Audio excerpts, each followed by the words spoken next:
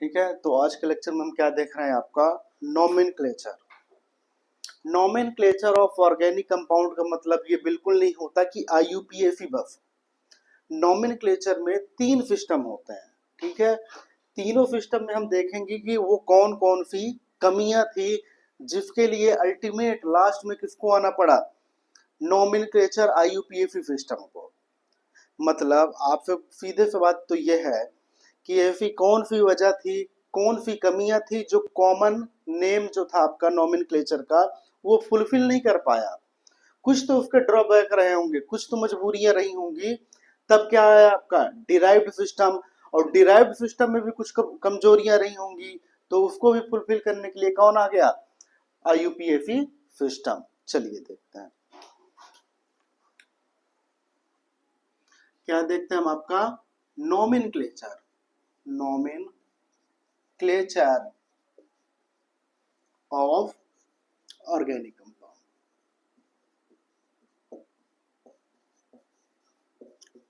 Nomenclature का मतलब होता है नेमिंग करना। क्या?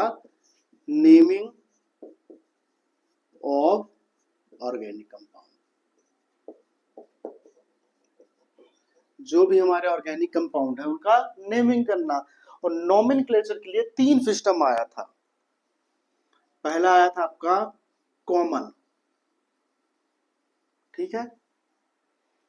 दूसरा आया था आपका डिराइव्ड। थर्ड आया था आपका आईयूपीएफी, ठीक है ना, यूपीएफी नहीं है, आईयूपीएफी, ठीक है। हम देखेंगे कि एक एक करके हम तीनों को इसमें देखेंगे। आज हम देखेंगे कॉमन, ठीक है। कॉमन के बाद हमें डिराइव देखना है, पर डिराइव से पहले हमें क्या देखना पड़ेगा, एक बेसिक कॉन्सेप्ट अपने को क्लियर होना चाहिए रेडिकल के बारे में। तो रेडिकल के बारे में पढ़ेंगे, फिर डिराइव्ड सिस्टम पढ़ेंगे, फिर आईयूपीएफी पढ़ेंगे, फिर ये चैप्टर खत्म। तो पहला हम देखते हैं आपका कॉमन। क्या है आपका common system of nomenclature. Nomenclature, ठीक है। चलिए इसमें मैं हम पहला देख रहे हैं किसके बारे में, एल्केन, ठीक है। एल्केन को 2 पार्ट में तोड़ दो, अल्का और यानी में नहीं तोड़ना है आपको, तोड़ना किसमें है, एल्क प्लस एन, ठीक है। चलिए अब 2 टर्म यूज होते हैं ऑर्गेनिक केमिस्ट्री में या कहीं भी, एक सफिक्स और दूसरा होता है प्रीफिक्स। प्रीफिक्स का मतलब समझ रहे हो आप, किसे प्रेफर करोगे। प्रेफर क्या होते हैं, जो आगे लगते हैं। सफिक्स क्या होते हैं, जो लास्ट में लगते हैं। तो आपसे कोई पूछे कि एल्केन का प्रीफिक्स क्या है, तो आप बोलोगे अल्क, ये आपका प्रीफिक्स। सफिक्स क्या है आपका, एन, ठीक है, कोई दिक्कत नहीं। अल्क जो है क्या रिप्रेजेंट करेगा, it represent number of carbon, ठीक है। नंबर ऑफ कार्बन को रिप्रेजेंट कौन करेगा, आपका अल्क। तो हम देखते हैं अल्क का नंबर ऑफ कार्बन क्या होता है, अल्क का मतलब, ठीक है ना। अगर जो C1 है तो C1 में का मतलब क्या है, मिथ। C2 है तो इथ, C3 है तो प्रॉप, C4 है तो ब्यूट, C5 है तो पेंट, C6 है तो हेक्स, C7 है तो हेप्ट, C8 है तो ऑक्ट, कोई दिक्कत नहीं। C9 है तो नन, कोई दिक्कत नहीं। C10 है तो डेक, C11 है तो अनडेक, C12 है तो डोडेक, 20 है तो आइकोइफ, क्या, आइकोइफ। इतनी बात समझ में आई? तो ये आपने देखा किसके बारे में, बताइए? पूरा एल्केन के एल्क के बारे में, जो प्रीफिक्स को रिप्रेजेंट करता है। कोई दिक्कत नहीं, छापो।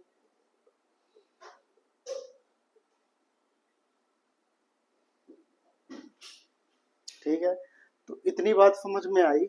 अगर जो इतनी बात आपको समझ में आ गई कि जो हमारा एल्केन का कॉमन सिस्टम आपने देखा होगा कि अनडेक, C1 को बोलते हैं मिथ, C2 को बोलते हैं इथ, C3 को बोलते हैं प्रोप, C4 को बोलते हैं ब्यूट, C5 को बोलेंगे पेंट, C6 को बोलेंगे हेक्ट, C7 को बोलेंगे हेप्ट, C8 को बोलेंगे ऑक्ट, C9 को बोलेंगे नन, और C10 को बोलेंगे डेक, C11 को बोलेंगे अनडेक, C12 को बोलेंगे डोडेक, C20 को बोलेंगे आइकॉइफ। ठीक है, अब चलिए, अब आपसे कोई पूछे कि एल्केन के अकॉर्डिंग नाम करो, तो जैसे कोई भी C1 वाला है, ठीक है ना, और आपको पता है कि जहां पे आपको C1 पता चल गया तो आप जनरल फार्मूला लगा दोगे एल्केन का CnH2n+2, तो आपको नंबर ऑफ हाइड्रोजन भी मिल जाएंगे। कार्बन क्या है, एक है, तो हाइड्रोजन कितना हो जाएगा, 4। ठीक है, तो इस पेयर को क्या नाम दोगे, मिथ। मिथ क्या हुआ है, अल्क यानी प्रीफिक्स, सफिक्स क्या लगेगा आपका, एन, तो हुआ आपका मिथेन। फिर C2H, दो दो, अब हाइड्रोजन हमने बोला था क्या करना है, डबल का +2, तो 2 का डबल करोगे तो कितना हो जाएगा, 4, और +2 करोगे तो 6, C2H6, तो ये क्या कहलाएगा आपका इथ एन। C3H8 को क्या बोलोगे आप, बताइए, प्रोपेन। C4H10, इसको क्या बोलोगे, ब्यूटेन। ठीक है, तो ये सिस्टम समझ में आया कि नहीं आया एल्केन का? तो एक कार्बन तो बोलोगे methane, ethane, propane, butane, pentane, hexane, heptane, octane, nonane, decane. कोई दिक्कत नहीं। अनडेकेन, डोडेकेन, आइकोइफ, एन। ठीक है, लास्ट में आपको क्या करना है, सिर्फ और सिर्फ एन जोड़ देना है, कोई प्रॉब्लम नहीं। चलिए स्कैन कर लो इन चीजों को, फिर इसमें और आगे चलते हैं।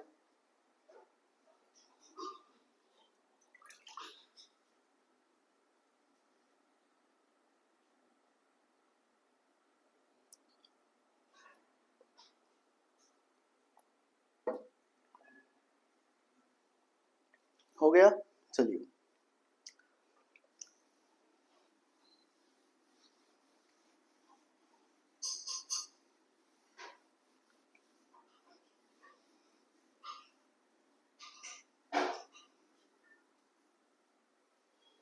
हम अभी कॉमन नेम के किस में चल रहे हैं, केवल और केवल एल्केन में, अभी एल्कीन एल्काइन में पहुंचे ही नहीं है। ठीक है, तो चलिए इतनी बात समझ में आ गई।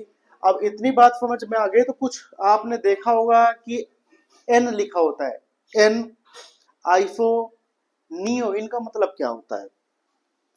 देखो, एन का मतलब होता है नॉर्मल, या बोल सकते हो अनब्रांच। ठीक है, कोई दिक्कत नहीं।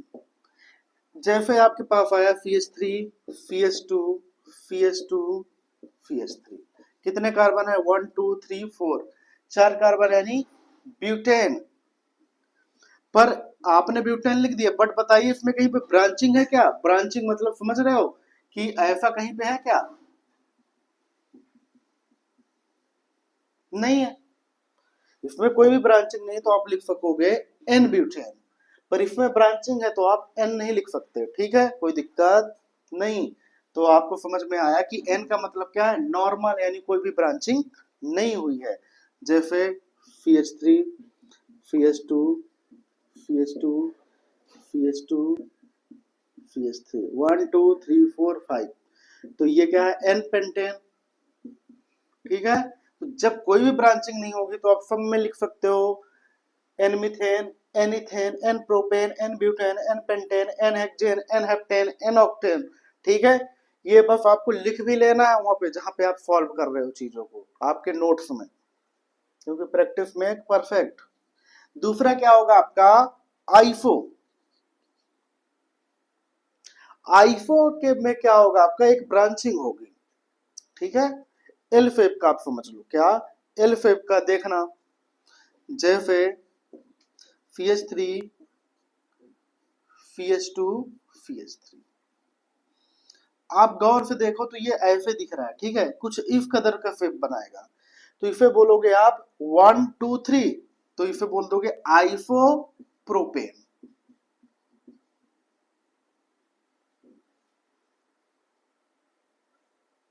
तो एक बात याद रखिएगा, क्या कि मिनिमम नंबर ऑफ कार्बन कितने होने चाहिए आइसो के लिए, मिनिमम नंबर ऑफ कार्बन 3 होना चाहिए, कम से कम 3 मिनिमम कार्बन हो जिससे वो क्या शो करे, आइसो। जैसे दूसरा एग्जांपल है आपके पास C H three, C H, C H three, C H two, C H three. अब इसका बताओ हमें नाम करके, नेमिंगक्लेचर, नोमेनक्लेचर क्या है।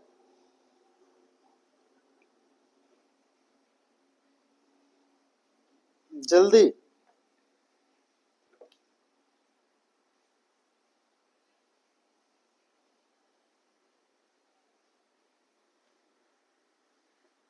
देखो ये ऐसे देख लिया करो भाई, ये है कि नहीं है अपना, तो जाहिर सी बात है ये तो आइसो है, बट कितने कार्बन है, 1 2 3 4 5, तो इसको बोलोगे आइसो पेंटेन। आइसोब्यूटेन का क्या होगा, C H three, C H, C H three और सी एच थ्री, 1 2 3 4, तो ये है कि नहीं है, ये है आपका iso propene, sorry isobutane, isobutane, ठीक है। तो नियो का, सॉरी नॉर्मल का कॉन्सेप्ट समझ में आया और आइसो का कॉन्सेप्ट समझ में आया। तीसरा हम देख रहे हैं आपका नियो का कॉन्सेप्ट क्या कहता है।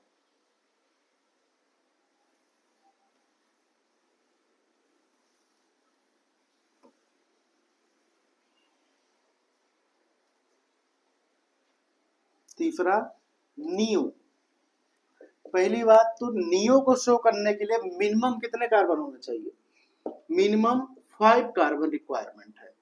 जैसे आइसो को शो करने के लिए मिनिमम कितने कार्बन की जरूरत है, 3 कार्बन की, तो नियो को भी रिप्रेजेंट करने के लिए कितनी कार्बन की जरूरत है, मिनिमम 5।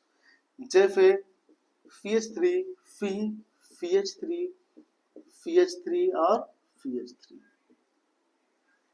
तो आप गौर से देखो कितने कार्बन है, 1 2 3 4 5, तो इसे आप क्या बोल सकते हो, नियोपेंटेन, ठीक है। ऐसे देख रहे हो कि नहीं देख रहे हो, ये है आपका नियोपेंटेन।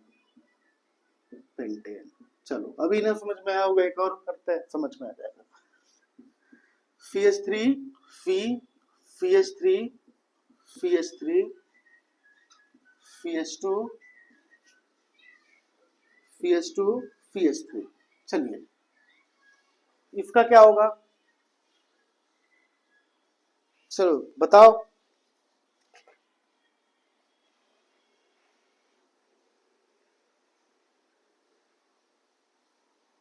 देखो ये तो आपको देखने में मिल गया, कहाँ गया यार रेड कलर।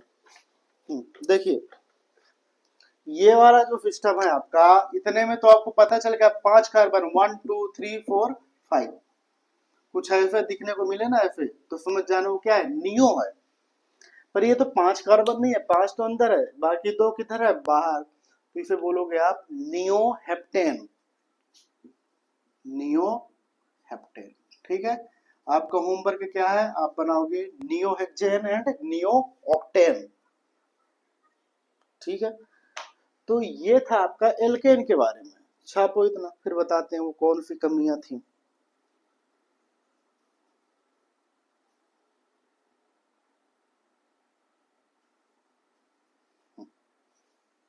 ठीक है, चलो।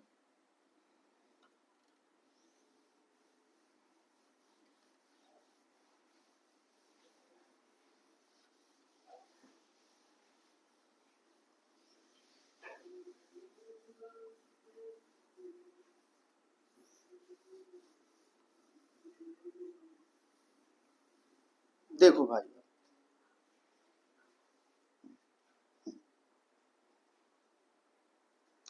अब एक क्वेश्चन है आपके पास, सी एच थ्री, फी C H three, C H three और सी एच टू। ठीक है, कोई दिक्कत नहीं, इतने में कोई प्रॉब्लम क्या नहीं। फिर C H, C H three और सी एच थ्री। चलिए, इसका नॉमेनक्लेचर क्या होगा आप बताइए, यानी इसको क्या नाम दोगे। देखो भाई, गौर से करना, इधर से करोगे तो ये क्या कहलाएगा, 1 2 3 4 5, मतलब इधर से तो क्या है ये नियो,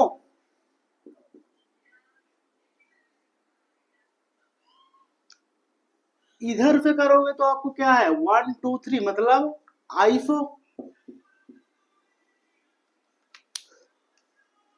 तो देखो तो एक साइड से ये क्या बन रहा है, कितने कार्बन है, 5, 1 2 3 4 5 6 7 8, तो ये क्या बन रहा है आपका नियो ऑक्टेन। इधर से क्या बन रहा है आप देखोगे तो आइसो ऑक्टेन, मतलब एक ही आदमी के दो नाम ऑफिशियली, जो कि मुश्किल है, मतलब एक ही आदमी के दो नाम मार्कशीट में कैसे लिखा सकते हैं। वो अलग बात है, तुम घर में कितने भी नाम रखा लो, पर मार्कशीट में आपका जो 10th या 12th की मार्कशीट होती है, उसमें किसी भी व्यक्ति का, चाहे मेरा ही हो तो मेरा एक ही नाम लिखाएगा ना, दो तो नहीं होगा। पर यहाँ पे हो गया दो, तो यहाँ पे क्या चीजें आई, एक गलतियां नजर आई, क्या एक गलतियां नजर आई कि आप इसे नियो ऑक्टेन नहीं बोलोगे, इसे आइसो ऑक्टेन बोलोगे। ये क्वेश्चन कई बार आ चुका है नीट में, ठीक है, तो याद रखना कि ये कंपाउंड आपका नियो ऑक्टेन नहीं है, और ये क्या है आपका आइसो ऑक्टेन। तो पहला ड्रॉबैक तो यही था, क्या आपका ड्रॉबैक पहला यही था कॉमन सिस्टम का, कि उसने बता नहीं पाया कि नियो ऑक्टेन और आइसो ऑक्टेन दोनों ये कैसे हो रहे हैं, मतलब ये सिर्फ और सिर्फ आइसो ऑक्टेन क्यों है, नियो ऑक्टेन क्यों नहीं है, जबकि बन तो नियो ऑक्टेन भी रहा है। ठीक है, तो ये सिस्टम आपको, पहली चीजें आपको पता होनी चाहिए कि ये ड्रॉबैक था और इसका ये नाम है आइसो ऑक्टेन, कोई दिक्कत नहीं। दूसरा आपको क्या पता होना चाहिए, C H three, C H, C H three,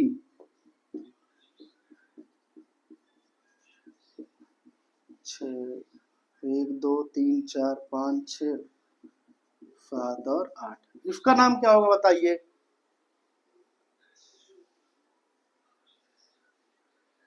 2 2 4 5 6 7 8, चलिए गौर से देखो इसे, इसको जब आप नाम करोगे तो यहां से क्या देखने को मिलेगा, आइसो, तो कितने हैं 1 2 3 4 5 6 7 8, तो ये क्या कहलाएगा आइसो ऑक्टेन, कोई दिक्कत नहीं। तो ये भी गलत हो गया, क्योंकि एक व्यक्ति की दो बार शादी नहीं करा सकते बिना तलाक के, जो कि आप देख रहे हो कि ऊपर वाला जो है इसका नाम ऑलरेडी आइसो ऑक्टेन पड़ चुका है, जब एक का नाम आइसो ऑक्टेन हो गया तो दूसरे का नाम आइसो ऑक्टेन कैसे होगा। तो इसका कॉमन नेम के अकॉर्डिंग कोई नेम ही नहीं था, कोई नॉमेनक्लेचर ही नहीं आया, केवल और केवल आइसो ऑक्टेन का। हम फिर से बोल रहे हैं कि कॉमन नेम के अकॉर्डिंग आइसो, इस कंपाउंड का कोई भी नाम नहीं था, न तो इसका आइसो ऑक्टेन था। तभी क्या आया, हमारा क्या आ चुका था, आईयूपीएसी नॉमेनक्लेचर आया इन कमियों को पूरा करने के लिए। ठीक है, तो इसका तो कोई कंपाउंड ही नहीं था, तो ये दूसरा आपको ड्रॉबैक आपको पता होना चाहिए। पहला ड्रॉबैक ये था, दूसरा ड्रॉबैक ये था कॉमन सिस्टम का। तीसरा जो ड्रॉबैक आएगा आपके पास खुल के आएगा, C H three, C H two, C H, C H two, चलो 1 2 3 4 5 6, चलिए अब इसका क्या नॉमेनक्लेचर होगा बताइए। 3 इधर है, 2 इधर है, 5 और 1 6। भाई जाहिर सी बात है ये हेक्सेन है, बट ये कौन सा हेक्सेन है? आइफो है, नियो है, या नॉर्मल है? इन तीनों में से कोई नहीं है। क्योंकि आप आइफो कब कहते हैं इसे? आइफो तो तब कहते हैं जब ये CH3 यहाँ पे लगा होता, तो आप इसको आइफो बोल देते, या ये यहाँ पे लगा होता तो आइफो बोल देते, पर ऐसा नहीं है। तो ये भी कंपाउंड का नाम नहीं है according to common name of nomenclature. ठीक है, तो ये 3 ड्रॉबैक थे। ठीक है, तो आपसे कोई पूछे कि वो कौन सी वजह थी जिसके लिए नॉमेनक्लेचर को आना पड़ा, और वो कौन सी वजह थी जो कॉमन सिस्टम ऑफ नॉमेनक्लेचर नहीं फुलफिल कर पाया, तो आप बोलोगे कि पहला ये कंपाउंड है जिसमें दोनों नाम है, नियो ऑक्टेन और आइसो ऑक्टेन। तो ये एक्सप्लेन नहीं कर पाया कि हमने इसको नियो ऑक्टेन क्यों नहीं बोला, आइसो ऑक्टेन क्यों बोला। ठीक है, दूसरा आपका ये कंपाउंड है जो कि आइसोक्टेन की तरह दिख रहा है जब लिखोगे तो, और आप देख रहे हो कि आइसोक्टेन ऑलरेडी बन चुका है ऊपर, तो इसका भी नाम नहीं था कोई भी आयु, किसके अकॉर्डिंग? कॉमन नेम के अकॉर्डिंग। तीसरा ये देख रहे हो ये कंपाउंड, ये भी कॉमन नेम के अकॉर्डिंग नॉमेनक्लेचर नहीं था। तो इन सबको देखते हुए फिर आएगा आपका क्या? IUPAC सिस्टम, जो इन सब का नॉमेनक्लेचर करेगा। कोई दिक्कत नहीं, छापो।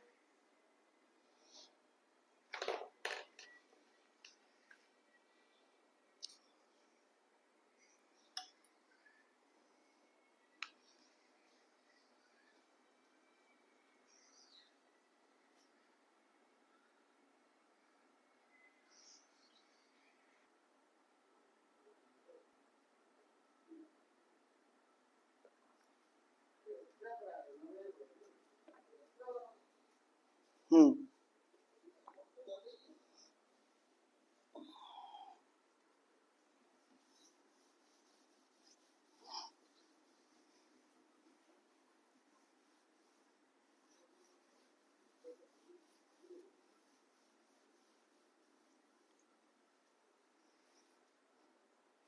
ठीक है, दूसरा हम देख रहे हैं आपका एल्कीन आइन। क्या? एल्कीन। एल्कीन मतलब कार्बन कार्बन के बीच में कौन सा बॉन्ड आ जाएगा? Double bond. क्या है? एल्कीन, यानी कार्बन कार्बन के बीच में कौन सा बॉन्ड आ गया? Double bond. ठीक है, अब बात आती है कि एल्कीन आ जाए तो आप क्या करोगे? तो जो लिखोगे आप, इसका नाम रहेगा एल्क। एल्क क्या रिप्रेजेंट करेगा? Number of carbon. जैसे C1 है तो मिथ, C2 है तो इथ। कोई दिक्कत नहीं। लास्ट में आप लिखोगे आइलीन, YLENE। ठीक है, तो एल्काइलीन लास्ट पूरा करके क्या पढ़ोगे आप? एल्काइलीन। ठीक है, जैसे 2 कार्बन है, 1 कार्बन तो पॉसिबल नहीं, हमने कल ही बताया था। तो 2 कार्बन है तो आप बोलोगे इथाइलीन, 3 कार्बन है तो प्रोपाइलीन, 4 कार्बन है तो ब्यूटाइलीन, 5 कार्बन है तो पेंटाइलीन, 6 कार्बन है तो हेक्साइलीन, 7 कार्बन है तो हेप्टाइलीन, 8 कार्बन है तो ऑक्टाइलीन। कोई दिक्कत नहीं। और इसका जनरल फार्मूला क्या था? कहाँ गया? रटने की जरूरत ही नहीं है, रट सकते। क्या? CH2N+2, एक डबल बॉन्ड तो क्या करोगे? -2, तो ये खिलाफ, तो क्या हो गया जनरल फार्मूला? डायरेक्ट डबल हो गया। तो आप बना सकते हो कि नहीं बना सकते? C2H4, C3H6, C4H8, C5H10, C6H12। कोई दिक्कत नहीं। C7H14। तो ये है, कोई दिक्कत नहीं। इनका अगर जो नाम आप स्ट्रक्चर बनाना चाहो तो बना सकते हो। आपको पता होना चाहिए कि केवल और केवल डबल बॉन्ड आएगा एक। चलो इसका बना देते हैं हम, C5H10 का। 1 2 3 4 5। अब आपको पता है एक डबल बॉन्ड है तो कहीं भी डबल बॉन्ड मार दो, यहाँ पे ले लो, यहाँ पे ले लो, कहीं भी ले लो। H3H2, 1 2 3 4, H H H H H। देखो 3 इधर है 3 इधर, 6 हो गए, 7 8 9 10। एक मिनट, हाँ ये दिक्कत आ गई ना, तभी तो बोले। 3 इधर है, 4 5 6 7 8 9 10, कोई दिक्कत नहीं। तो आप ऐसे आप स्ट्रक्चर बनाने की प्रैक्टिस कर लेना, ताकि आइसोमेरिज्म वाला चैप्टर आपको इजी लगे। तो इसका नाम क्या हो जाएगा बताओ? इथाइन नहीं, इथाइलिन। क्या? इथाइलिन। इसका प्रोपाइलिन। C4 का यानी ब्यूटाइलिन। पेंटाइलिन 5 कार्बन का। 6 कार्बन यानी हेक्साइलिन। 7 कार्बन यानी हेप्टाइलिन। कोई दिक्कत नहीं। ये हुआ एल्कीन का। अब आपसे कोई पूछे कि आप बताओ एल्काइन का।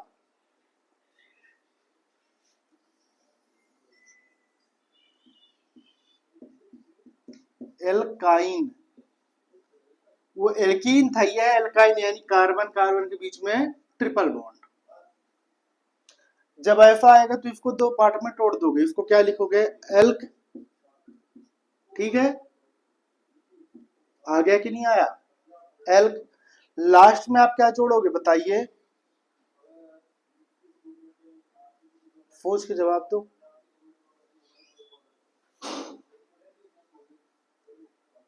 आइलीन। आइलीन तो ऑलरेडी डाल चुके ऊपर। आइन। क्या? आइन।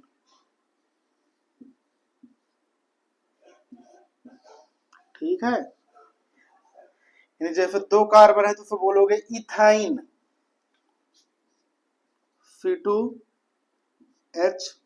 इसमें आपका जनरल फार्मूला क्या था?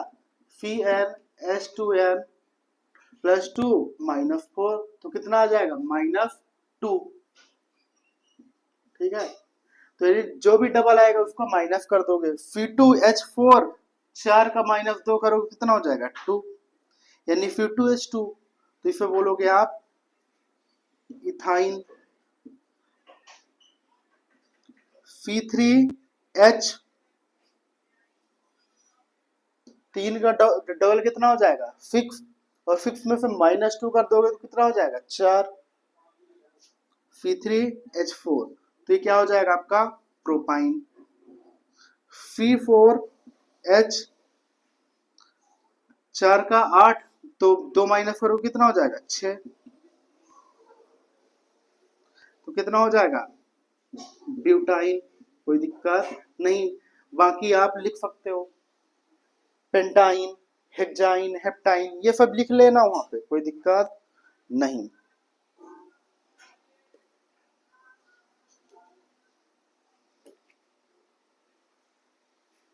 इतनी बात समझ में आई कि नहीं आई? चलो, ये बात अगर जो आपको समझ में आ गई तो आपका कॉमन नेम सिस्टम क्या हुआ यहीं से खत्म, कोई दिक्कत नहीं। एक बात याद रखना, आगे चल के हम बताएंगे कि C2H2 को हम क्या बोलते हैं? एफिटाइलिन। क्या? एफिटाइलिन भी बोलते हैं, एफिटाइलिन। ठीक है, तो अगर जो आपके पास C3H4 को प्रोपाइन न देके कभी कभार वो ऐसे दे देता है, जैसे C3H4 है ना, इथाइन का फार्मूला क्या होता है? C2H2। ये क्या आपका? इथाइन। अगर जो हम इसमें क्या जोड़ दें, एक CH3 जोड़ दें, तो ये क्या हो गया? प्रोपाइन। 1 2 3, 3 कार्बन हो गए। जब 3 कार्बन हो गए तो इसको क्या बोलते हैं? प्रोपाइन। पर दूसरे टर्म से कैसे बोल सकते हो आप? देखो, इसको इतना सिलेक्ट कर लो, तो ये क्या हुआ?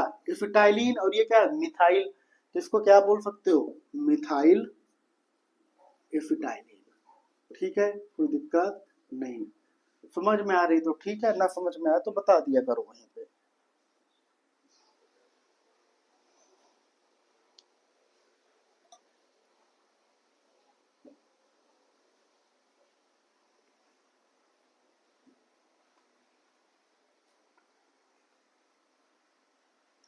ठीक है, छापो इतना। फिर एक और कॉन्सेप्ट देखते हैं अपन।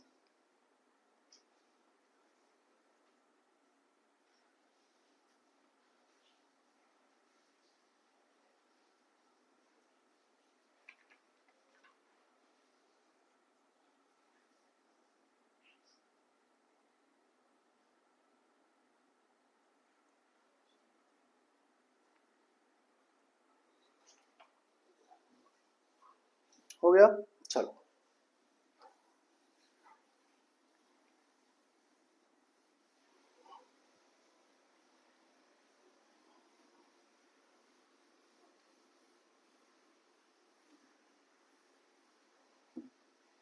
तो इसको हमने क्या बोला था, एल्काइलिन। ठीक है ना। किसका देख रहा, थोड़ा सा एल्कीन में कुछ भूल गए थे, ठीक है, भूल गए थे नहीं मतलब छूट गया था। चलिए, अब आपके पास क्वेश्चन आ जाए कि ब्यूटाइलिन, ब्यूटाइलिन का क्या होता है। ठीक है, तो आपको पता ब्यूटाइलिन यानी 4 कार्बन, 1 2 3 4 कार्बन।